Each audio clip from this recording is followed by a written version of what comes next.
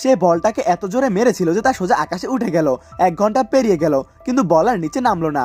Coach রেগে গেলেন এবং বললেন, আজ থেকে তুমি শুধু বল কন্ট্রোলের অনুশীলনী করবে। তিনি তাকে একটি বড় ডিম হাতে দিয়ে বললেন, খেলা এটাকে ফুটবল মনে করো। কিন্তু প্রথম কিকে সে ডিমটা ভেঙে ফেললো। এক মোটা লোক দৌড়ে এসে তার পায়ে পড়ে গেল এবং ভাঙা ডিম চাটতে শুরু করলো। বাকি খেলোয়াড়দের তাকে রাগে টেনে সরাতে হলো। রাগের মাথায় কোচ আরেকটা ডিম খেলোয়াড়ের প্যান্টে ছুঁড়ে মারলেন। মোটা লোকটা আবারও পাগল হয়ে গেল এবং তার দিকে দৌড়ে এলো। খেলোয়াড় সঙ্গে সঙ্গে একটি ডিম তুলে চশমা পরা ছেলেটার মুখে ছুঁড়ে মারলো।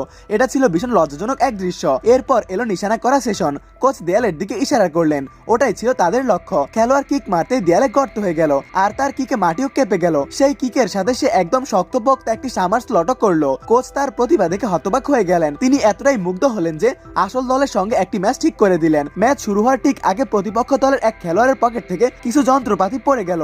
সে বলল, চিন্তা করো না, আমি একজন মেকানিক, শুধু কয়েকটা নাট বল্টু আটসাট করার জন্য এনেছি। কিন্তু তারপর তার পকেট থেকে একটা হাতুড়িও পড়ে গেল।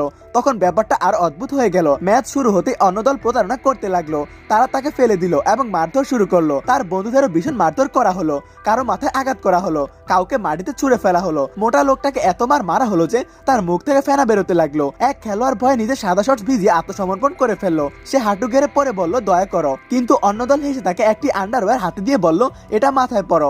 বাধ্য হয়ে সে তাই করলো এবং কাঁদতে লাগলো। ঠিক তখনই তার নিজের আসল শক্তির কথা মনে পড়লো। সত্যিরা ছিল এই, তারা সবাই ছিল শাওলিন ভিক্ষু আর প্রত্যেকেরই ছিল একটি করে অনন্য ক্ষমতা।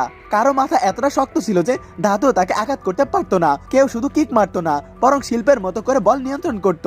মোটা লোকটা বাতাসে দৌড়াতে পারতো। কারো শরীর এত কঠিন ছিল যে যে কোনো অস্ত্রই তাকে ক্ষতি করতে পারতো না। আর একটি শক্তিশালী গল শট এসে শত্রুদের আকাশে উড়িয়ে দিতে পারতো। তাদের গোলকিপার ছিল একজন সত্যিকারের ওস্তাদ। যেই তাদের দিকে আসতো সে বিদ্যুতের গতিতে তাকে ধরে ফেলতো। এমনকি নিজের জুতোকেও বলের মতো ছুড়ে দিয়ে সে সতীর্থকে পাস করেছিল। সেই সতীর্থ পুরো শক্তি দিয়ে কিক মারলো। বলটি গোলপোস্টের কোণে লেগে প্রতিপক্ষ দলের সব খেলোয়াড়কে মাটিতে ফেলে দিল। দ্বিতীয় দল ভয়ে মাঠ ছেড়ে পালিয়ে গেল। শেষ পর্যন্ত কোচ বুঝতে পারলেন তিনি তার আসল ফুটবল দলটি পেয়ে গেছে। এরপর তারা কি করবে জানতে হলে ভিডিওতে লাইক করে চ্যানেলটি সাবস্ক্রাইব করুন।